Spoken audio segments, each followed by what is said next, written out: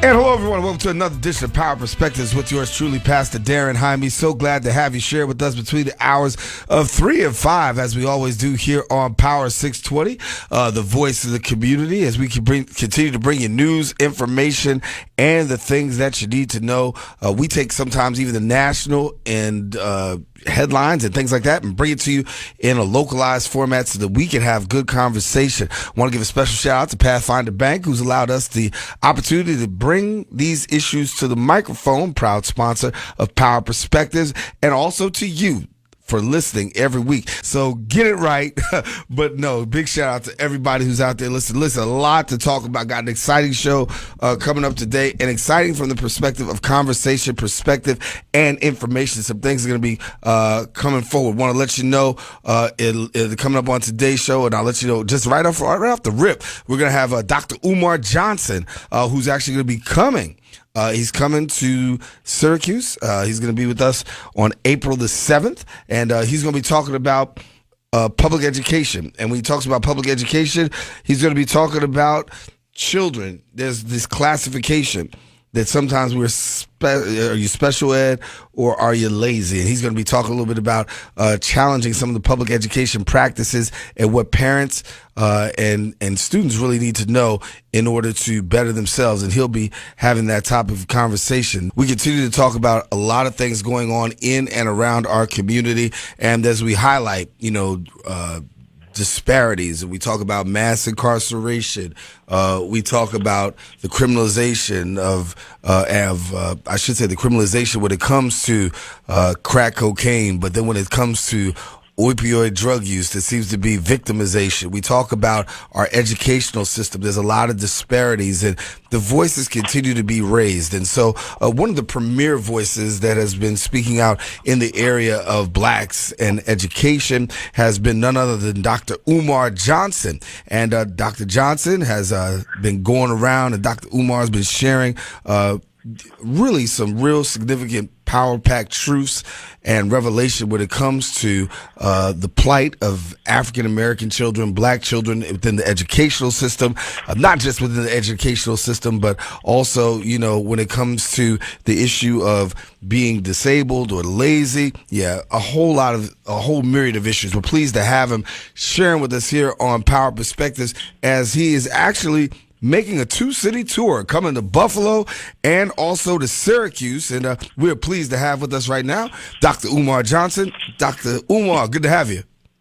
Peace and Black Power. Thanks for having me on the show, and good morning, good afternoon to the entire Syracuse family. Man, good to have you, brother. And listen, just want to talk a little bit about, all that is going on today, because when we talk about the state of public education, public education across the nation has its set of challenges. But, you've got something going on, and I know you're becoming to 2 cities. Of course, you're coming to us, and you're coming to Buffalo. But I want to begin talking a little bit about what you'll be sharing in one of your particular audiences. And that's really about talking about black children and saving black children from what you call academic apartheid. So what do you mean when you talk about academic apartheid? Academic apartheid speaks specifically to America's version of the separate and not equal form of education that is designed to prepare black boys for prison and black girls for poverty. Simply put, public education, as originally constructed in the mind of former President Thomas Jefferson, was about selecting those members of the society, black and white, that would serve the power structure. Education was never about providing every child with an opportunity to go to college or own their own business or a decent education. It was merely a filtering system that allowed the power structure to choose those minds that could be most beneficial to its own upkeep. Now, 70 years ago, those who were not selected by the power structure to participate within it were prepared for work, for employment. In fact, in modern times, public education reinvented itself based on the needs of capitalism. So if we go back to the 20s, 30s, and 40s, it was capitalism that told the government we need a better educated, low-wage earner. So the second goal of public education is to prepare people to labor in the factories. And that was all right as long as we had an industrial base in America.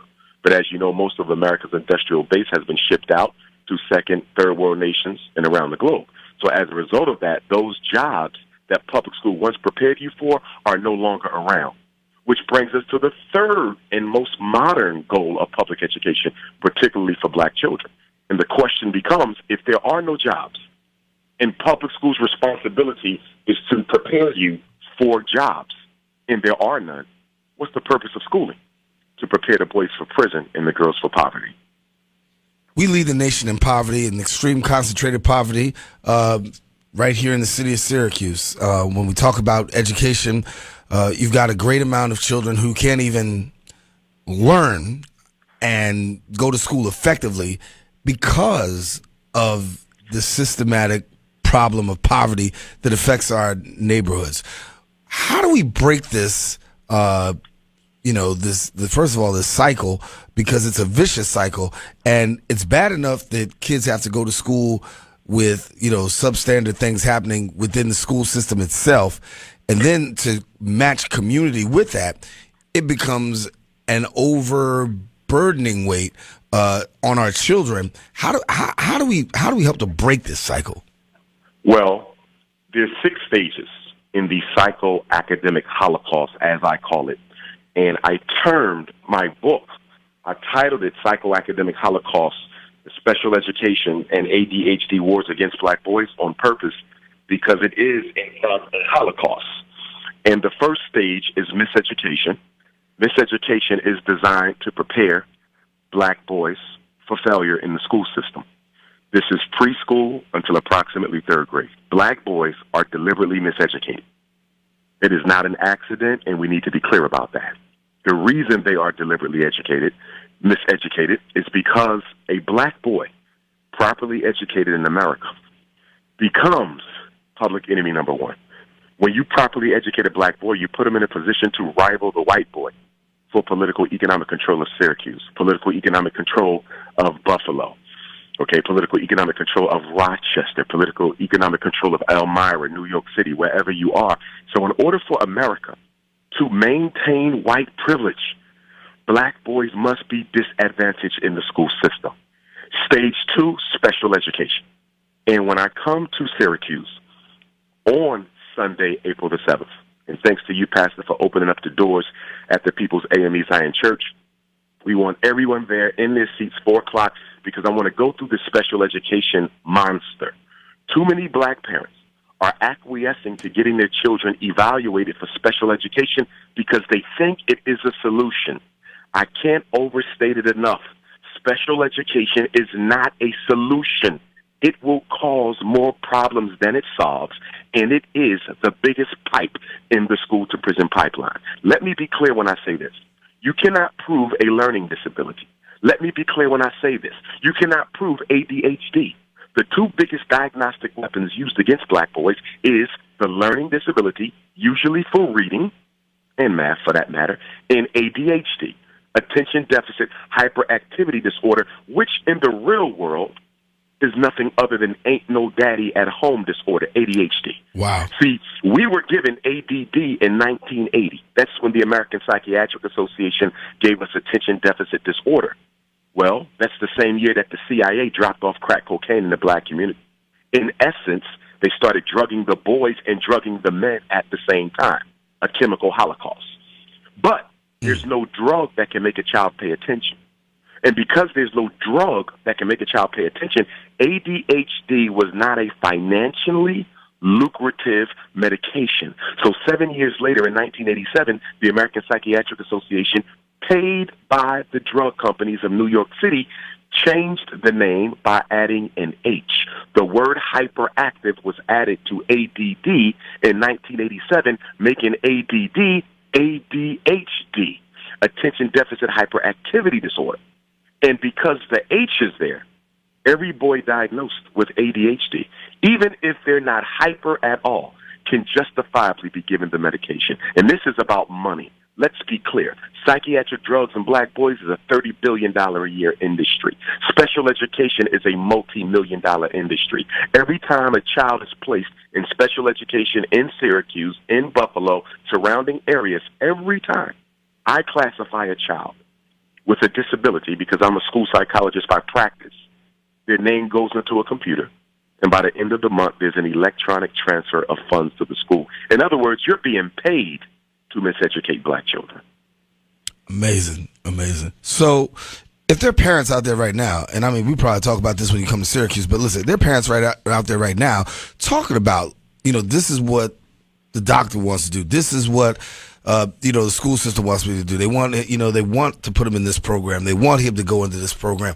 What are the key steps that parents need to be, or the things that parents need to be asking and saying when they go? Because a lot of them don't really even know how to navigate the system, what to say, and many times they will just blindly go with whatever that administration or that educational institution recommends.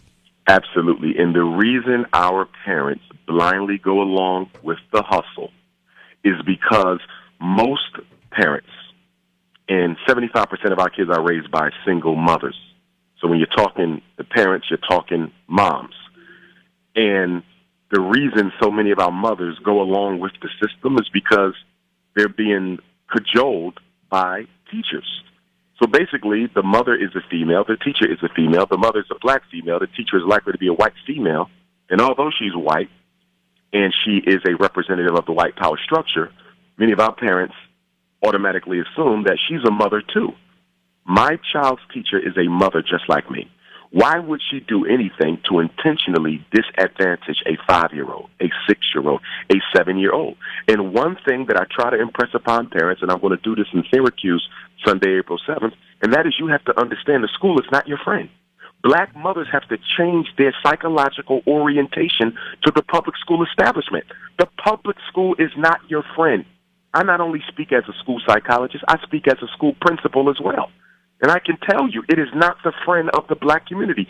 The public school is simply the waiting room for the prison system. That's all it is. It is the triage center. It is the go-between. It is the conduit that takes the black boy from his home to the school, to the jail. And if the public school is an extension of the mass incarceration system, that logically means that the principal is the new warden and the teacher is the new police officer.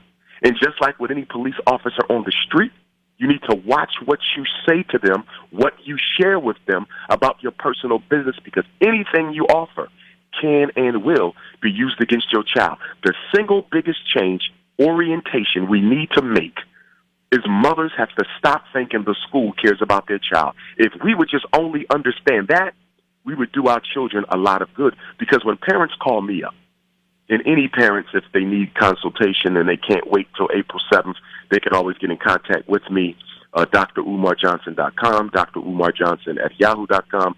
They can also call 215-989-9858. Again, 215-989-9858. But so that's number one. Stop trusting the school. Number two, don't sign any paperwork that you don't understand. Now, that sounds like common sense, but guess what? 85% of the parents I talk to sign paperwork they don't even understand. Right. Why did you sign permission for a 5-year-old to be tested for a learning disability? Your son is in the kindergarten. He just started school.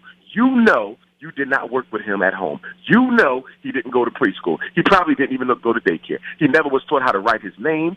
Okay? He wasn't taught his colors, his numbers, his sizes, his shapes. You gave that boy no pre-academic experience, and you know the fault is yours. You know he don't have a learning disability. He just ain't been taught. Why did you let the white folks evaluate your son? Well, they thought that it would be in his best interest. I don't care what they thought. What did you think? You don't give a kindergartner to the school-to-prison pipeline. If a child just started learning how to read, a kindergartner is just now learning how to read, why would you let them put him in special ed for a reading disability when he just started reading? Dr. Umar Johnson is our guest here, and he is coming to Syracuse talking about children, whether they're learning disabled or just being lazy. You heard a little bit about some of the advice that he gave to parents about when you deal with your child, don't just turn them over to the school district. Be active, ask more questions, and get the necessary information before you make any kind of decision. But want to let you know Dr. Johnson is coming to the city of Syracuse. He's actually going to be here on Sunday, April the 7th with me over at the People's Amy Zion Church, 2306 South Salina Street. He is going to be speaking to us. The doors are going to open at 3 p.m. The event's going to start at 4 p.m. Now, I just want to let you know also it's part of a 2-city tour. So if you got some relatives, I know we broadcast up around the way, and if you got some relatives in Buffalo, he's going to be on Saturday, April the 6th. He's going to be at the St. Luke AME Zion Church, 314 East Ferry Street. The event's going to start at 3. The doors open at 2. But on Sunday, right here, so I don't want to confuse you, here in Syracuse, Sunday, April the 7th at 4 p.m. with the doors opening at 3.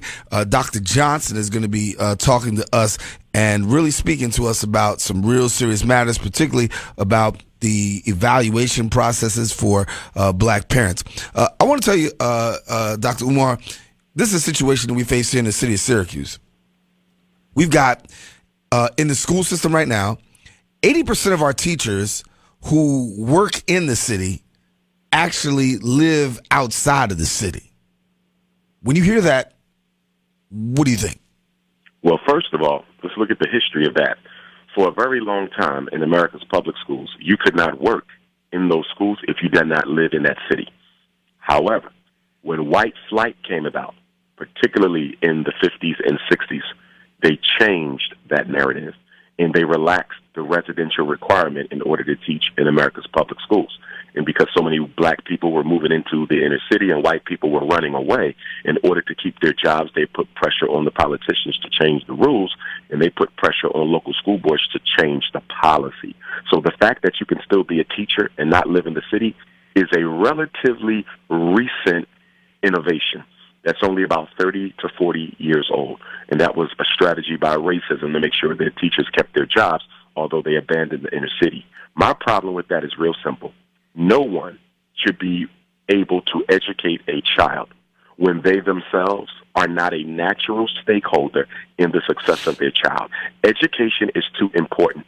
And for oppressed, marginalized groups as we are, that only quadruples the importance that education has in our community. As such, anyone teaching black children must be a natural stakeholder in that black child's success. In other words, if the black boy fails, if he becomes a robber, a murderer, a thief, if he goes to prison, if he's prematurely exterminated, how does that affect the white woman's life? How does that affect her husband? How does that affect her livelihood? How does that affect her community? It doesn't. And that's why, in my opinion, white folks should never be a part of the education of black children. I'm not saying there's not white teachers who cannot teach reading, writing, math. I'm not saying that. But when you look at the larger purpose of education for black children, boys in particular, it is to prepare them in the art of how to survive racism and still be a success. If you're not teaching black children how to survive racism, you're not preparing them for success. Because every black child, male or female, especially in the post-Obama Donald Trump era, is going to deal with some overt racism. The cover is off. Racism went undercover for 50 years, from the assassination of Dr. King until the election of Donald Trump. It went underground. It was still there, but it had to be practiced in a covert way as a result of the Civil Rights Bill and the Voting Rights Act. Well, Donald Trump has torn that cover off. You no longer have to hide your racism. It's okay to be open with it.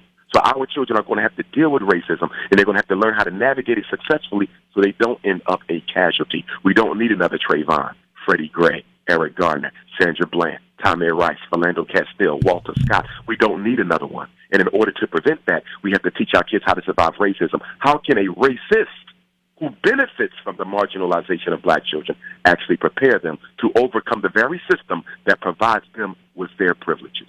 So give me a little bit about, everybody talk about Dr. Umar's school. He's got the school coming. Talk to us about your school and how you counter what many parents and, and children have to encounter in modern day public education. Well, the biggest difference between independent African-centered schools and public education is the independent African-centered school's job is to prepare the child to succeed. Public education's job is to prepare them to fail.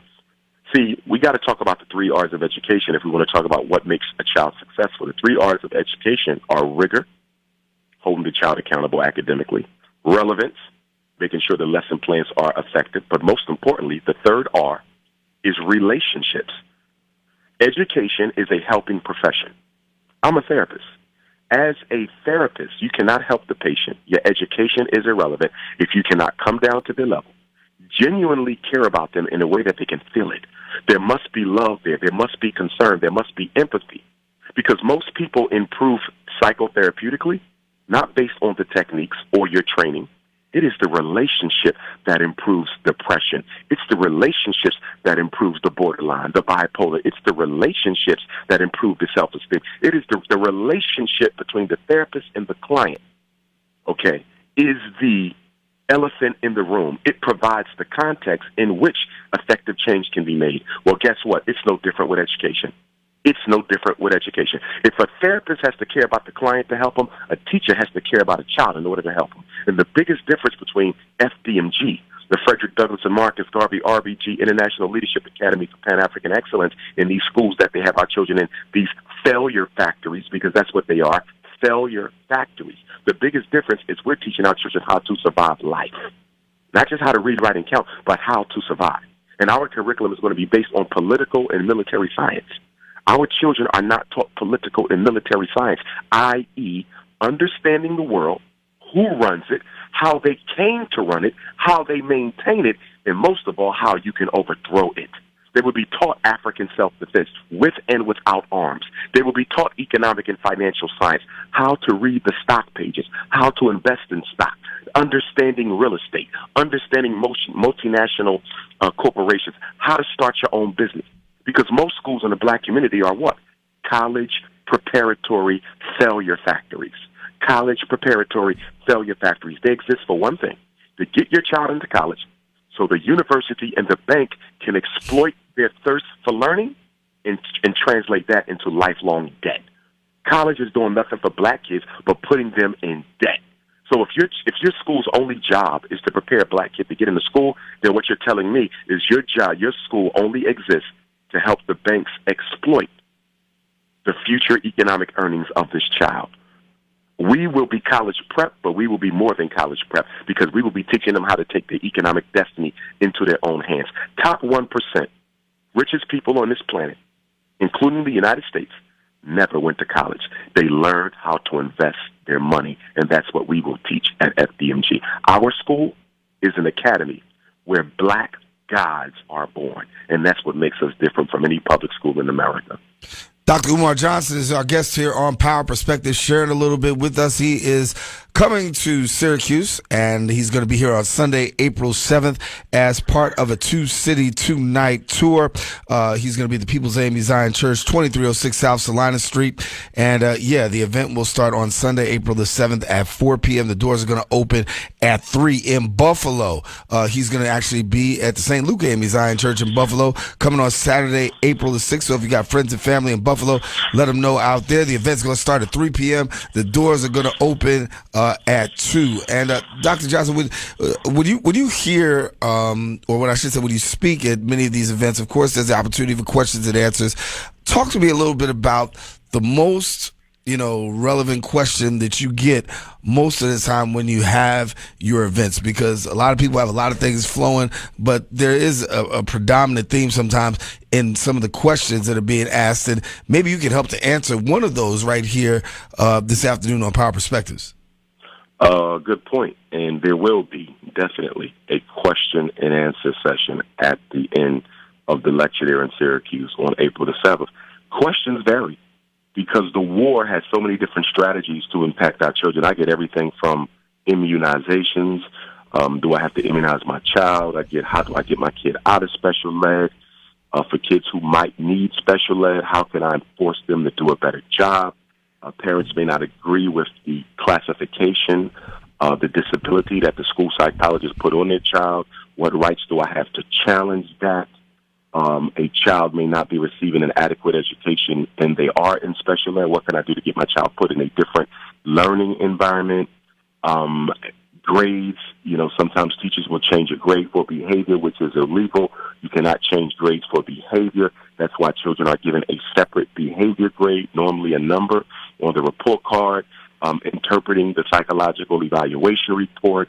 The questions vary because special ed is a world in and of itself. School discipline is a world in and of itself. School policy is a world in and of itself. Parental rights is a world in unto itself. So the questions can almost come from almost any angle for any reason. And when we talk about parental rights, I know that's the big thing, because for many times, many instances, parents are not fully aware of their rights. Even for the most, educated, advanced person, sometimes it's like, it's read that small print at the bottom. You still don't know exactly what your rights are. You know that you can stand up for your child, but do you know what your rights are in a hearing? Do you know who you're allowed to bring to a hearing? Do you know actually, the rules subsequent to before a suspension can actually take place?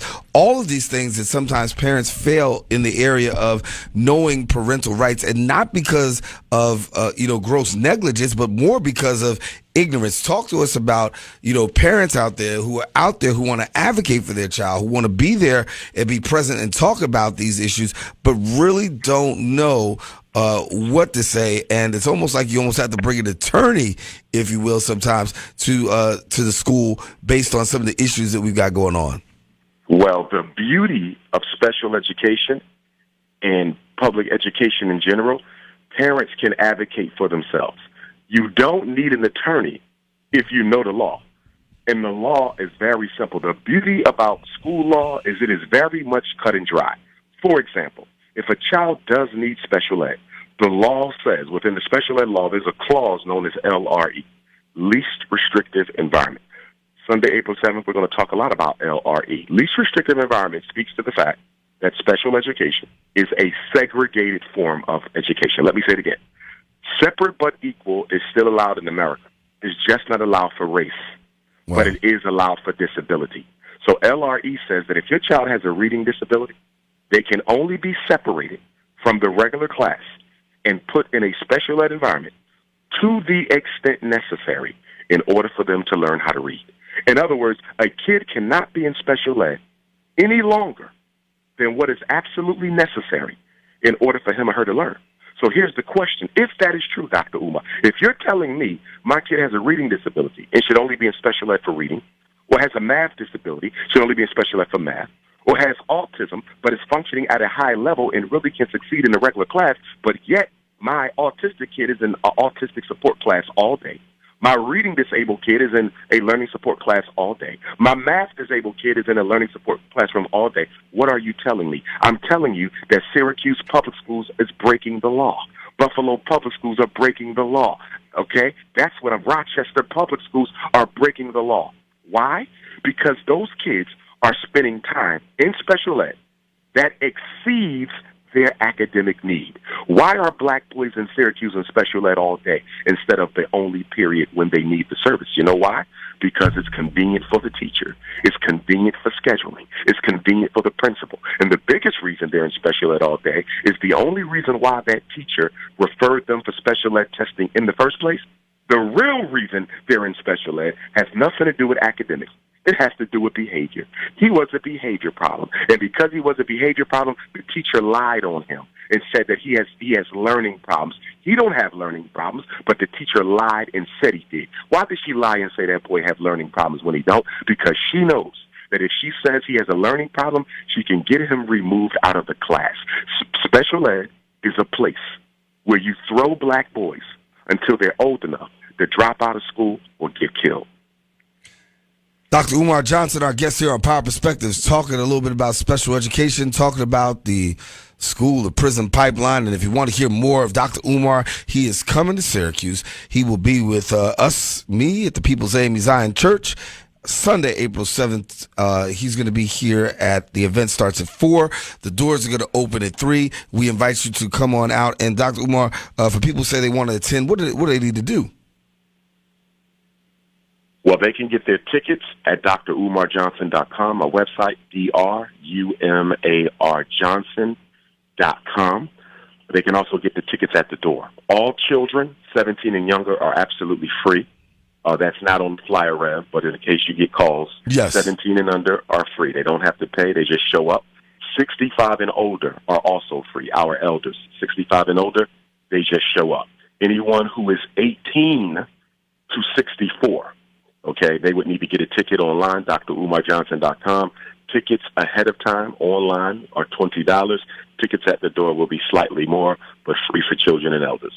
Want to make sure that you get a chance to come on and hear Dr. Umar talk about this very, very prevalent problem in our community, our society right now, which is the issue of public education. He's given us a little bit. I know we're running out of time, Dr. Umar, but I want to, you talked about this Trump administration, and I wanted to be able to get your take, because when we talk about the Trump administration, we know that Betsy DeVos has no clue, no experience, no connection to anything with regards to public education, and yet and still is working at feverish pace to repeal anything that possibly could be of advantage to communities of color by way of education. When we look at this administration as compared to others, what can you give us, and what can we take away from this administration? And I mean, we already know to keep our eyes out, but what should we really be watching, and what should we really be hollering about? Well, first of all, the reason President Trump chose Miss Betsy DeVos to be his Secretary of Education is because she was the state of Michigan's charter school queen. Betsy DeVos, more than any other personality in the state of Michigan, and even in the country for that matter, has championed charter schools as a vehicle to eliminate the funding of public schools. Let us be clear.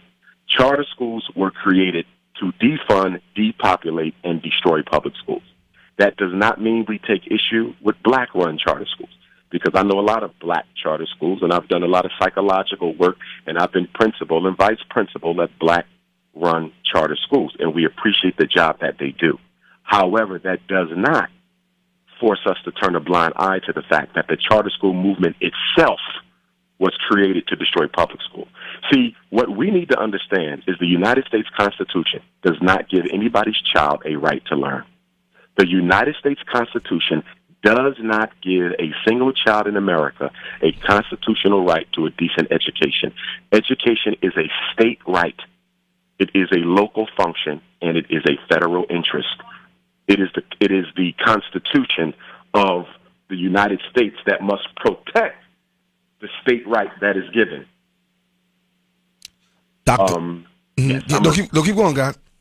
Okay, and as a result of that, we have to realize that the time is coming when one day we will have to provide education for our children ourselves, or there won't be any. See, this big move to independent schools that we see, white folks are taking it, European Jews are taking it. Everybody's moving towards this new independent model of education because everybody sees the writing on the wall except black people. In the next 30, 40 years, there will be no free education.